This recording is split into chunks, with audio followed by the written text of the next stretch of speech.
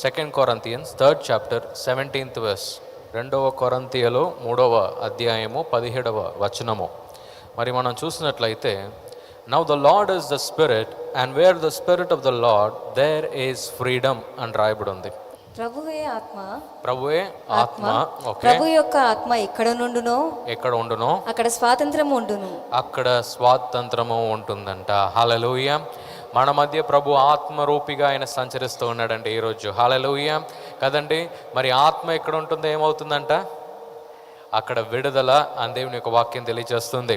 మరి ఈరోజు మనము ఎవరిని మన జీవితంలో మనం ఆహ్వానించాలంటే ప్రభుని మనం ఆహ్వానించగలగాలి. లేకుంటే ప్రభుని మనలో మనం ఆహ్వానించినప్పుడు ఏమవుతుందంటే, he will bring freedom in each and every part where we have a bondage కదండి.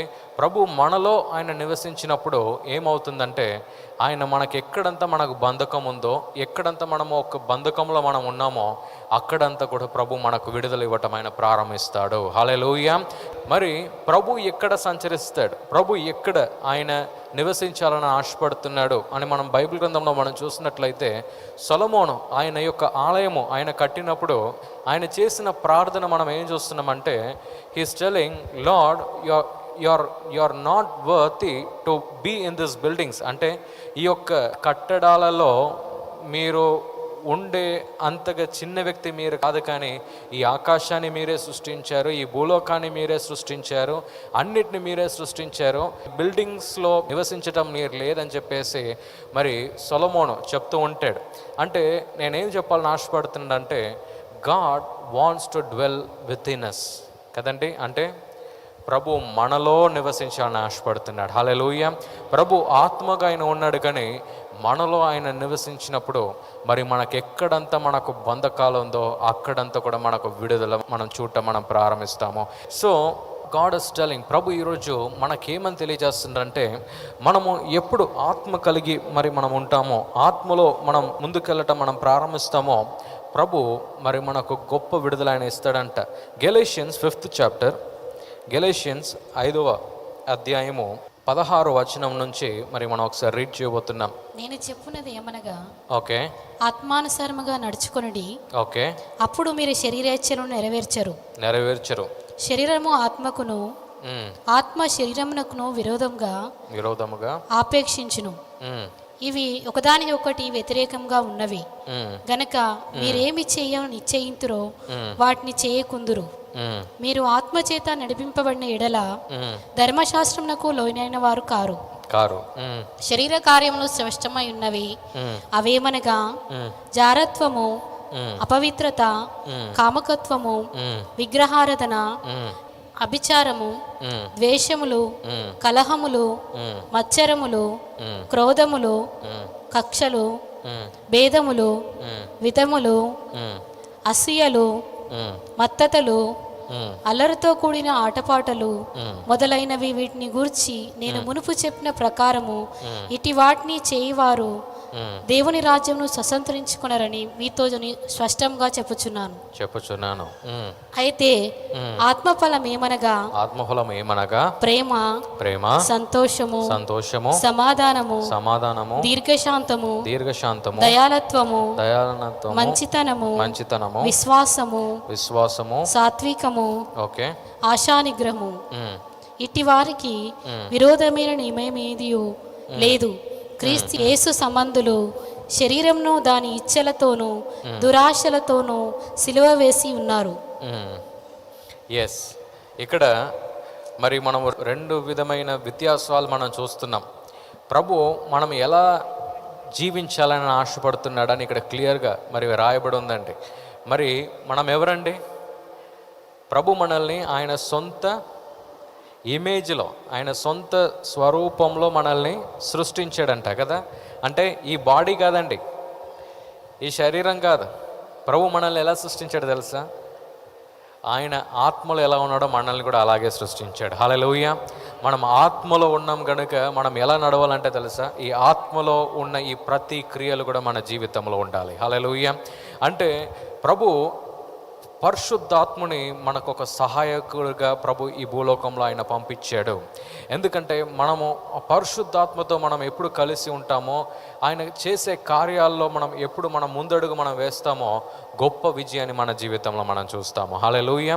అందుకే మనం 2 విధాలు మనం చూడొచ్చు. ఏది? పరిశుద్ధాత్మ యొక్క ఫలాలు, ఇంకోటి పరిశుద్ధాత్మ యొక్క వరాలు కదా. ఒకటి fruits of the holy spirit, next ఏంటంటే gift of the holy spirit. మరి నిన్నటి దినము ఒక వీడియో నేను చూస్తున్నాను అనమాట. ఏం తెలుసా, ఒక వ్యక్తి వాదిస్తున్నాడు అనమాట, మనకు ఫ్రూట్స్ ఆఫ్ ద హోలీ స్పిరిటే మనకు ముఖ్యం, gifts of the holy spirit అంత ముఖ్యం కాదని చెప్పేసి ఒకడు ఎవడో ప్రీచ్ చేస్తున్నాడు అనమాట. నాకు చూసిన వెంటనే నాకు మైండ్ పోయింది, ఈయన నా ముందు కూర్చోవాలనిపించింది ఫస్ట్. వెంటనే పరిశుద్ధాత్మ నా దగ్గర ఏం మాట్లాడటం ప్రారంభించాడంటే, ఎస్, ఫలాలు మనకు ముఖ్యమే. ఏది? ప్రేమ ముఖ్యమే, మరి సెల్ఫ్ కంట్రోల్ మనకు ముఖ్యమే, అన్నీ కూడా మనకు ముఖ్యమే. మరి పరిశుద్ధాత్మ యొక్క వరములు కూడా ముఖ్యమే కదా ప్రభు అని నేను అడుగుతున్నప్పుడు, మరి ప్రభు నాకు తెలియజేసింది ఏంటంటే, మనకెందుకు 2 కూడా ఉండకూడదు?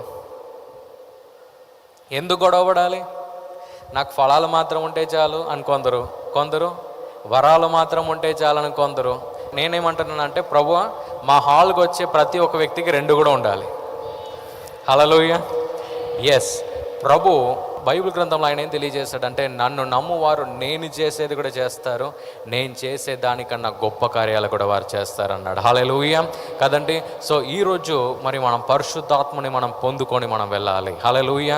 ఆ ఫలములో నడిచే వ్యక్తి మాత్రం కాదు, కానీ ఆ యొక్క కృపా వరాల్లో కూడా మనం నడవగలగాలి. హల్లెలూయా.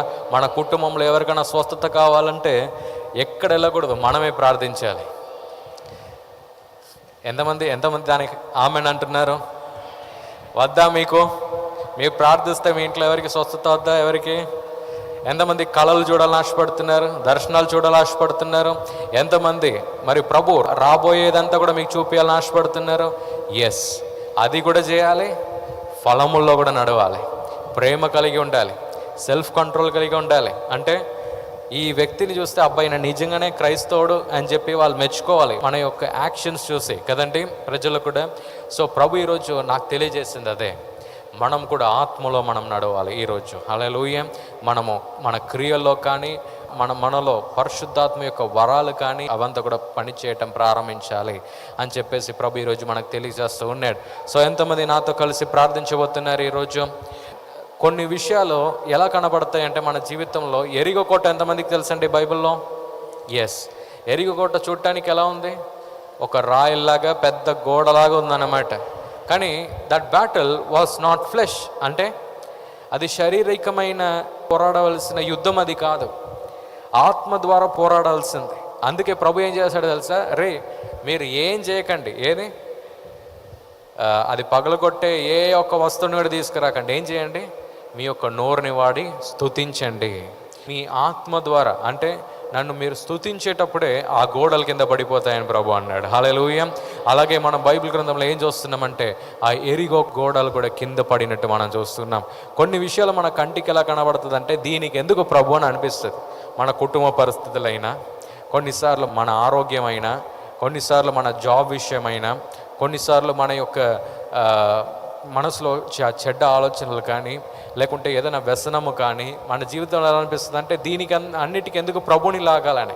కానీ ప్రభు ఏమంటున్నాడంటే, నన్నే లాగాలంటున్నాడు ఈరోజు. హల్లెలూయా. ఈరోజు మనం అదే ఆత్మ ప్రభుని మనం ఆహ్వానించగలిగితే ఆ చోటులన్నింటిలో కూడా ఆ ఎరిగో కోట కింద పడటం మనం ఈరోజు చూస్తాం. హల్లెలూయా. ఎస్. సో ప్రభు ఈరోజు మనకేం తెలియజేస్తుందంటే, మనం కూడా ఆత్మలో మనం అడుగుపెట్టే ఒక వ్యక్తిగా మనం మారాలి అని ప్రభు ఈరోజు మనకు తెలియజేస్తున్నాడు. ఈ ప్రోగ్రాం మీకు ఆశీర్వాదకరంగా ఉన్నదని మేము నమ్ముతున్నాం. ఫస్ట్ లైక్ చేయండి, తెలిసిన వారు మీ ఫ్రెండ్స్ అందరికీ మీరు షేర్ చేయండి, తర్వాత సబ్స్క్రైబ్ చేయండి. తప్పగా ప్రభు మిమ్మల్ని దీవిస్తాడు. ఇక రాబో వీడియోను కూడా మీరు చూడండి, దీవించబడండి. ప్రభు మిమ్మల్ని దీవించును గాక. God bless you.